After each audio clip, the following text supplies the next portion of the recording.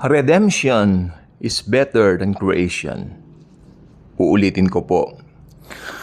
Redemption is far way better than creation. Good afternoon po sa ating lahat. Ngayon po atin pong papaksain ng isang napaka-importanting doktrina. Actually, this is a doctrine, not just because ito ay pamilyar, but because this is essential. Okay, and very vital. Sapagkat pag na-miss mo ito, you will surely miss the mark and you will end up in hell forever and ever. The cross. Banal na krus ng Panginoong Hesukristo. What is the cross? Anong tingin mo sa krus? Ito ba ay isang panakot sa aswang? Panakot sa vampira at kung ano-ano pang mga multo? O ito isang anting-anting o agimat na yung isinusuot at iniaakyat sa bundok ng, di ba? No naming names. I have my uncle na gumagawa niyan. Unbeliever po siya up to now. Actually, it's so sad. Kada mahal na araw nandun siya sa bundok. You know? Kung ano-ano mga, actually sa akin, kalapastanganan yung mga sinasabi niya. Blasphemous claims that yun daw Diyos Ama, meron daw lolo. Look at that. I mean, wow, what is that? Okay. Tapos may suot-suot siyang, ayun nga, krus. No? Ano ba ang krus? Ito ba ay nakikita mong madalas sa mga simbahan ng matandang relihiyon? Hindi po masama yun. Ako, meron po kaming krus dito. Crucifix, no? Maganda, antigo na. Hindi antigo dahil mahal, kundi antigo na dahil napakatagal na po sa mga ninuno pa po namin. Maganda po siya. At pag nakikita ko, it reminds me of my Jesus who loves me and gave Himself for me. Okay, ano ba ang cross? Sa isang salita, ito ay tagumpay. Amen? Victory. Why? Sapagkat the victor is Jesus Himself, hung there on the cross. Ha? Diba? Paano siya naging victorious? Simple, nang iniyukayok niya ang kanyang ulo at ibinigay ang kanyang buhay sa atin. That's my Jesus. That's my victorious Jesus. And because of our victorious Jesus, makinig, we become more than conquerors. Di ba? So the cross is salvation. Marapit na naman po ang pagdiriwang ng Semana Santa itong taon na ito. Kung di ako nagkakamali, papatak ito ng Marso. Ganun na lang ba? I mean, taon-taon. You know, you're very familiar with that celebration, tradition. And how about knowing its true value? It's so sad. Many people don't know its true value. It saddens me. It saddens me more than the problems na meron ako. Maraming hindi nagpapahalaga sa krus ni Kristo Jesus. Bagamat ito ang pinaka-importanteng dapat malaman ng tao. Alam niyo, ang mga Israelites nung panahon ni Moises, natuka ng mga ahas, no? Actually, mga Israelites na yan, pasaway. Noon hanggang ngayon. Bakit? Hindi pa rin nila kinikilala ang Panginoong Hesus. Okay, but that's not the point. During that time, I think, when they were in the wilderness, they were bitten by some snakes na makapandag, ano? Then the Lord told Moses to make a bronze snake na nakapulupot sa isang kahoy. And the kahoy represents the cross of the Lord Jesus Christ.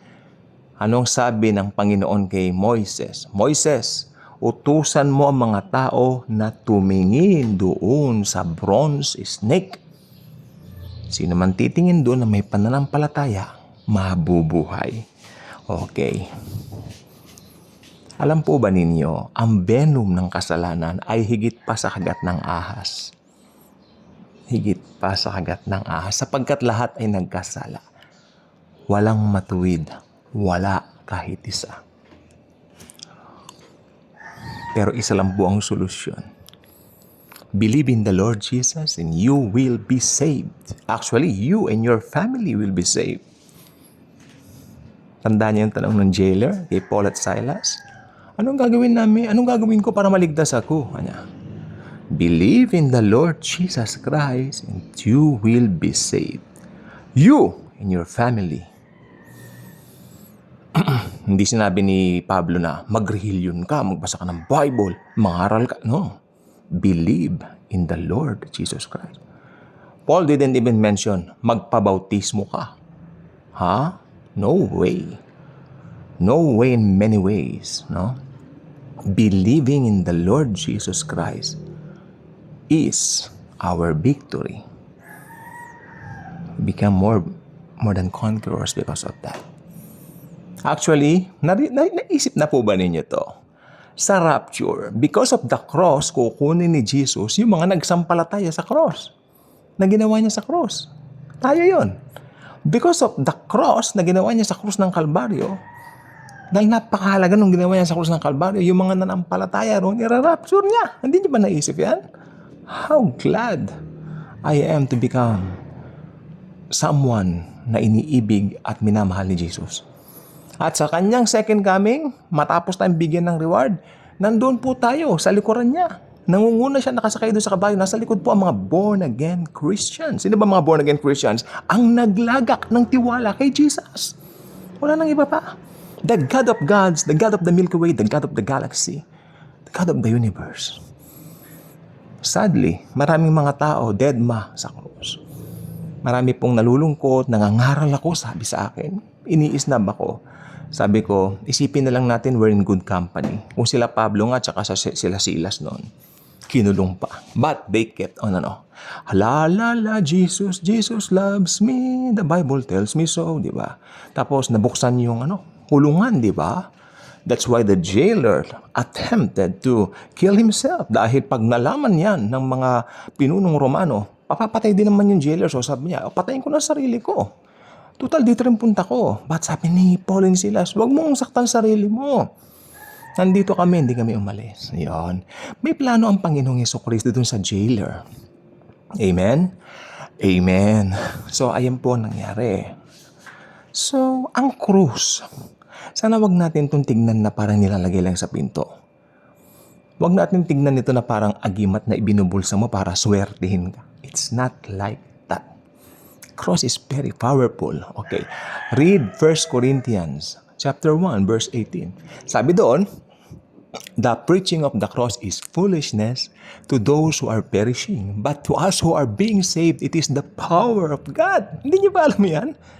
It's the power of God is very important. It's very important to share Jesus, His love for us, His finished work on the cross. Sapagkat pag may nakatabi ka sa bus, halimbawa, yung taong yan, mayroon naman siyang pusong gustong makinig ng gospel ng Panginoon, tapos nakinig siya, tumanggap siya sa Panginoon. Wow! Alam po ba ninyong epekto nun sa langit? Laksa-laksang anghel nagpapalakpakan.